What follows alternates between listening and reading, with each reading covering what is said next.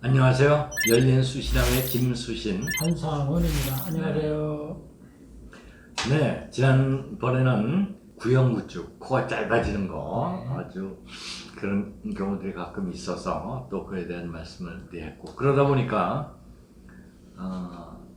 코에 대한 이야기 중에서 코를 낮고 또 퍼져 있어서 코를 높이는 수술을 우리는 많이 하죠. 네.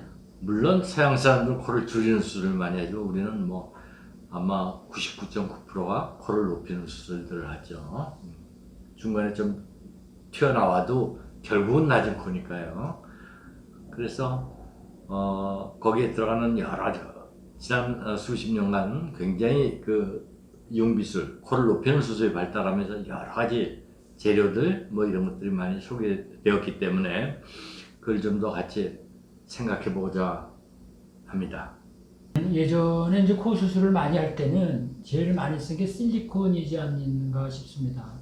옛날에 실리콘을 쓸 때 가장 많이 쓴 것은 형태가 L자형. 왜죠? L자형을 많이 쓰는데 그것은 왜냐하면 콧대도 높이고 코끝의 모양도 좀 날씬하게 하려고 하다 보니까 이제 그 L자형을 많이 쓰게 됐습니다. 이런 식으로 된 거죠, 선생님? 네, 그렇죠. L자형으로 해서 네. 콧대와 코끝을 이제 같이 올리는 건데. 요건 이제 L자형이라고 이야기하고, 네. 이건 뭐 어떤 경우에 따라서 보트 쉐입이라고도 네, 이야기를 보트 하죠. 쉐입. 네네. 근데 이렇게 하니까 L자형으로 했을 때는 이렇게 날씬하게 만드는데 수술은 굉장히 간편한 면이 있지만 코끝에 이제 이 삽입물, 임플란트가 왔을 때는 여기 이제 혈액순환이 낮아져서 비쳐 보인다든지 또 여기 코끝에 피부가 상한다든지 이런 문제가 많이 생겼고 또 여기가 이렇게 움직인다든지 하는 게 있었거든요. 그래서 이런 것 때문에 아까 보신 것 중에서 이제 보트형, 콧대는 삽입물로 높이고 코끝은 이제 자기 연골로 모양을 만드는 그런 것으로 많이 발전을 해왔습니다. 실리콘 다음에 나온 것이 1980년대 고어텍스라는 네. 물질이 나왔죠. 뭐 실리콘이나 고어텍스는 다 좋은 물질들이죠. 네.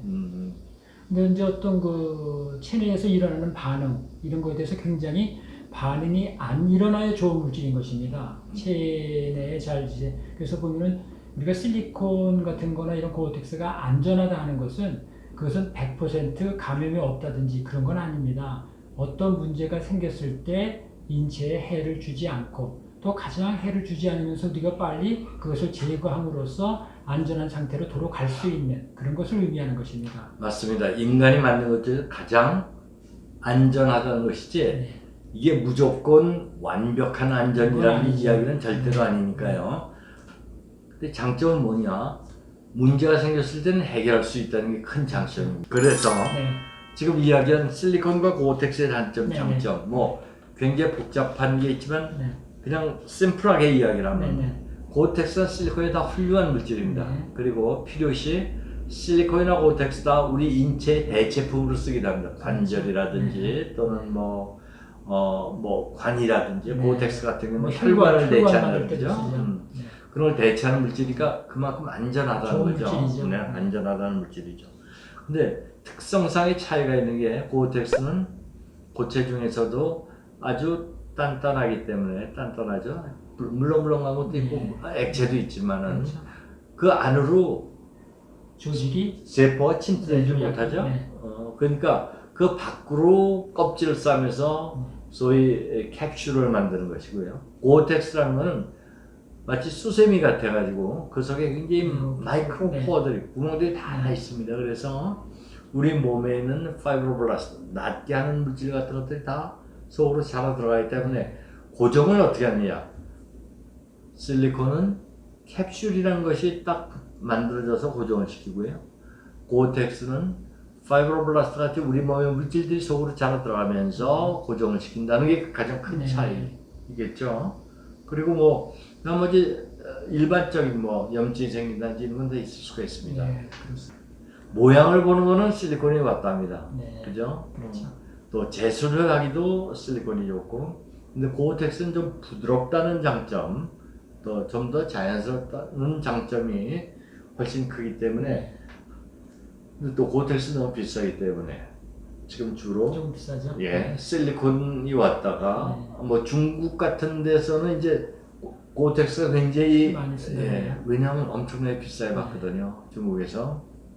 그렇죠? 네, 그러니까 그러면, 네. 그 기왕이면 굉장히 좋다고 하면 사람들이 확 끌리죠. 근데 우리나라에서는 한때 고텍스가 좀 더 많이 90년대 좀 더 쓰였다가 역시 다시 실리콘으로 가는 경향들이 많습니다. 왜?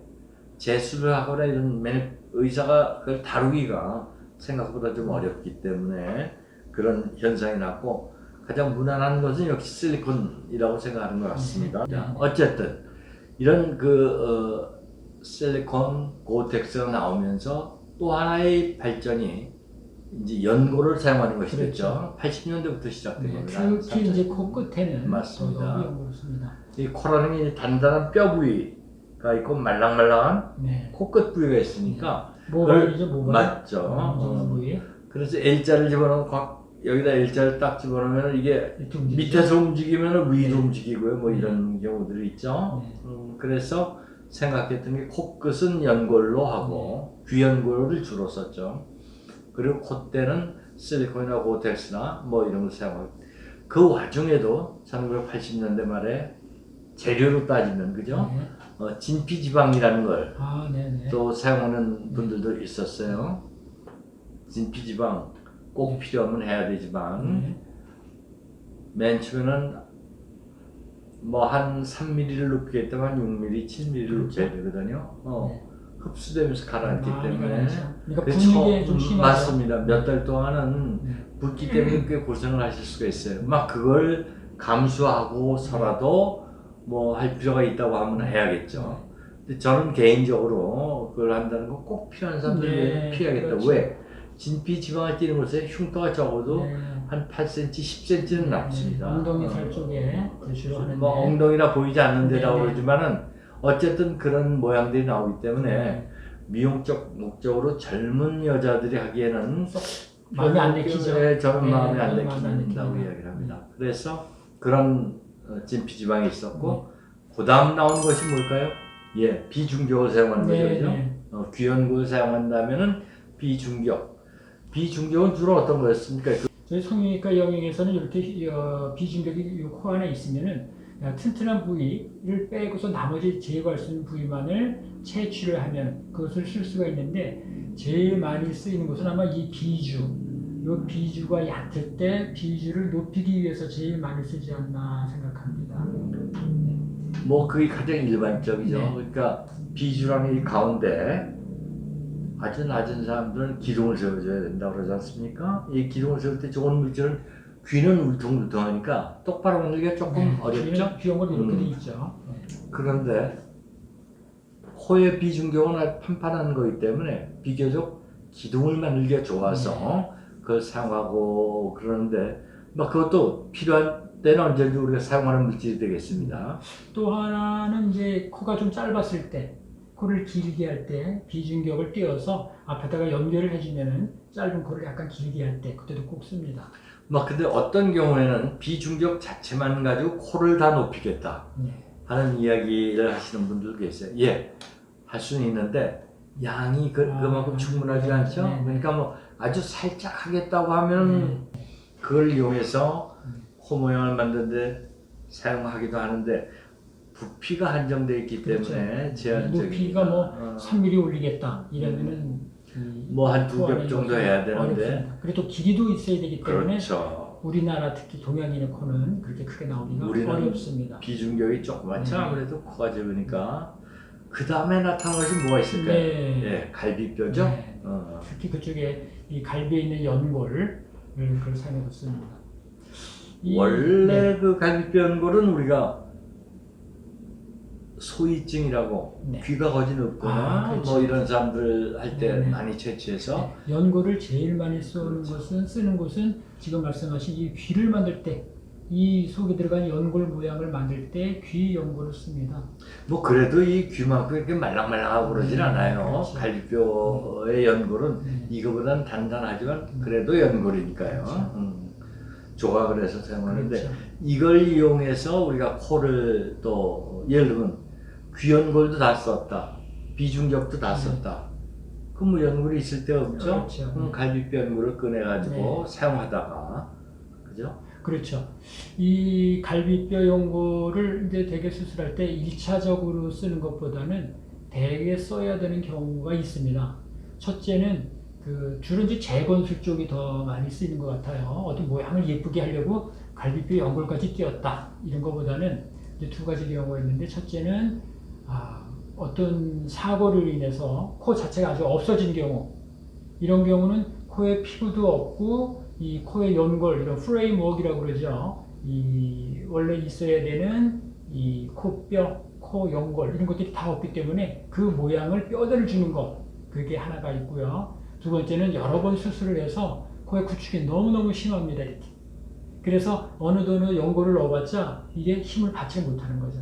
이랬을 때 강한 자기 연골을 넣어서 그 힘을 지탱해주는 그런 목적으로 쓸 수가 있을 것 같습니다. 그래서 첫째는 이게 재건술인데 코가 아주 없어져서 새로 거의 만들어야 되는 경우, 둘째는 구축 반응이 너무 심해서 이 구축을 이겨내고 내가 힘을 주어서 연골을 이식해야 되는 경우, 그런 경우가 있겠습니다. 또 있죠. 그러고 보니까 네. 굉장히 많습니다. 네네. 재료가. 네. 80년대 말로 가면서는 이제 뭐가 나왔죠? 예, 기증한 시선으로부터 네, 나오는 네. 피부, 네. 그죠? 네. 또 연골도 나왔죠. 네. 그러니까 사체로부터 추출한 연골, 피부를 코 속에 높이는 데 사용하는 경우들도 있었죠. 그래서 코 수술할 때 이제 꼭 이제 필요한 여러 가지 조직들이 많이 있는데, 지금 말씀하신 것처럼 연골하고 이 진피 조직은 꼭 자가 조직이 아니더라도 쓸 수가 있습니다. 그것을 증여연골 혹은 기증연골, 또 기증진피, 또 증여진피 이렇게 표현을 하는데요. 어떤 인간의 몸에서 얻은 그 피부 조직을 말하는 거고요. 또 인간의 몸에서 얻은 연골 조직을 말하는 겁니다. 그 조직은 똑같은데 단지 다른 점은 그 안에 세포들이 다 무력화되어 있어서, 이제 우리가 세포가 있어야지 우리한테 그 항원성을 갖는 거거든요. 그러니까 남의 거를 나한테 이식을 못하는 거죠. 그러나 그 세포가 다 디바이탈라이즈 되면은 그것은 하나의 재료로서만 존재하지 우리한테 그 이식할 때 그 거부감을 주지를 않는 거죠. 그래서 항원을 제거해버린 네, 거죠. 없어지는 거죠. 그래서 쓸 수 있는 그 진피하고 이 연골은 남의 것을 쓸 수도 있다, 이렇게 되어 있습니다. 선생님 어떻게 생각하십니까? 그 타인의 네. 기증연골이나 피부를 사용하는 것을 저는 아주 싫어하거든요. 네네. 아름다워지기 위해서 네. 어떤 사람이 시신을 기증해서 네. 거기서 피부를 벗기고 네네. 그걸 화학 처리를 하고 네. 프로세싱을 해가지고 네. 이렇게 만듭니다. 네. 뭐 안전하게 만들죠. 근데 뭐 죽는 사람 살리기 위해서 심장, 콩팥 네. 뭐 이런 걸 이식한다. 오케이. 근데 이거는 내 몸속에 다 있는 재료를 네. 가지고 남의 것을 그렇게 써서까지 네. 할 필요가 있을까 하는 있죠. 생각으로 네. 저는 꼭 필요한 경우 이외에는 네. 그렇죠. 권하지 않죠. 지금 말씀하신 거가 이제 의료 윤리에서 문제가 되는 것이죠. 그런데 지금 말씀하신 남의 피부나 진피 이런 것 때문에 생긴 또 하나의 그 물질이 있습니다. 이것은 이제 이 인체에서 인체로 옮기는 거는 알로그라프트라고 그러는데요. 제노그라프트라는 게 있습니다. 외부에서 오는 거죠. 외부는 예를 들어서 종이 다른 것을 종이 다른 것입니다. 그러니까 그 돼지의 피부, 인간하고 가장 피부의 형태가 비슷한 동물이 돼지라고 합니다. 그 돼지의 피부를 잘 정제해서 그걸 쓰는 것도 있고요. 근데 그런 것으로 자꾸 대체할 수도 있는 것이 자꾸 뭐 그런 거는 있죠. 이제 특별한 경우, 네. 화상 같은 경우라든지 네. 또는 뭐 아주 심한 전쟁, 많은 양의 부상 피부가 필요할 같은, 때. 그렇죠. 네. 그럴 경우에는 뭐 그 저 다른 사람의 피부도 네. 필요하고 뭐 여러 가지 있지만 단순한 우리 미용적인 목적을 위해서 할 때는 그런 것은 좀 뭐 별로 좀 권하고 그렇죠. 싶지는 네. 않다는 말씀을 드리겠고요. 선생님 그러면 지금까지 네. 나온 방법들 중에서 코를 높이는 가장 좋은 방법은 뭐라고 생각하십니까? 네. 그러니까 이게 사실 어려운데 어떻게 보면 뭐 아주 제일 간단한 게 좋은 거죠. 되도록이면 간단한 거, 그리고 안전한 거, 이게 제일 좋은 거고, 또 하나는 그분한테 꼭 적합한 거죠. 그 왜 옛말에 우리 그런 거 있지 않습니까? 클레오파트라가 뭐 코만 조금 높았더라면 이런 말 있지 않습니까? 그러면 클레오파트라는 아마 여기 콧대만 조금 높였으면 됐을 것 같아요. 그랬을 때는 만약 자기 조직을 쓴다면 저 같으면은 자가 지방을 했을 것 같아요. 지방을 조금 빼다가 한 2cc 정도 조금 높여주면은 그 한 1mm 정도 이상 이렇게 콧대를 만들 수 있거든요. 그렇게 여러 가지 수술 큰 걸 안 해도 가장 간단하고 자기한테 적합한 거 그리고 안전한 거 이렇게 하면 최선이죠. 네, 좋은 방법. 뭐 그 너무나 사람 많죠. 네. 뭐 참 고려해야 될 게 많죠. 의사가 할 줄 아는 방법 또 만 가지고 하는 게 아니고요. 본인이 원하는 방법도 있고요. 가장 중요한 거는 환자에게 필요한 방법이 무엇이냐는 것이죠. 제가 배운 제 스승 선생님으로부터 배운 가장 중요한 단어입니다. 외과에서는 내가 할 줄 아는 수술을 하는 것이 아니라 환자가 필요로 하는 수술을 해줘야 된다는 거죠. 그러니까 여기서도 가장 좋은 방법이 뭐냐? 환자가 필요로 하는 방법이 뭐냐죠. 그러니까 가장 좋은 방법. 그걸 상의를 해야 된다. 네. 아, 아주 이분이 좋으신 원하는, 말씀이에요. 이분이 원하는 것이 우리가 뭐 보통 실리콘 높이고 뭐하고 이걸 다 갖다 들이댈 게 아니라 그럼요. 그 사람의 어떤 그 미학적 가장 개념. 적절한 것. 그렇지. 네. 저희 병원의 모토이기도 하죠. 그렇죠. 그런 걸 찾아주는 것이 상담 과정이라는 거죠. 뭐 우리 병원은 이걸 잘하고 저걸 잘하고 이런 게 아니라 사실은 뭐 제일 제가 웃는 게 그저 가장 좋은 방법으로 해주세요 선생님. 네. 아니 내가 저희 고객분을 만난 지 지금 3분 됐는데 그 사람이 뭘 제일 좋아하는지 알 수가 없잖아요. 그런 거를 풀어서 그분이 필요로 하는 수술을 해주는 것이 가장 좋은 것이다.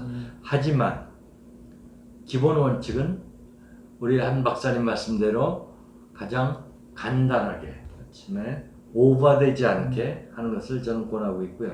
저희 목표로 하고 있죠. 가장 보편적인, 저는 주장이 항상 그렇거든요. 보편적인 것을 하는 게 가장 안전하다. 오늘 말씀 감사드리고요. 또 코에는 무슨 물질을 사용해서 이렇게 수술을 해왔는지 또 안전하고 좋은 수술을 해서 말씀 많이 나눠봤습니다. 오늘 말씀 감사합니다. 뭐 전반적인 이야기를 우리 같이 한 거죠. 네, 감사합니다. 감사합니다.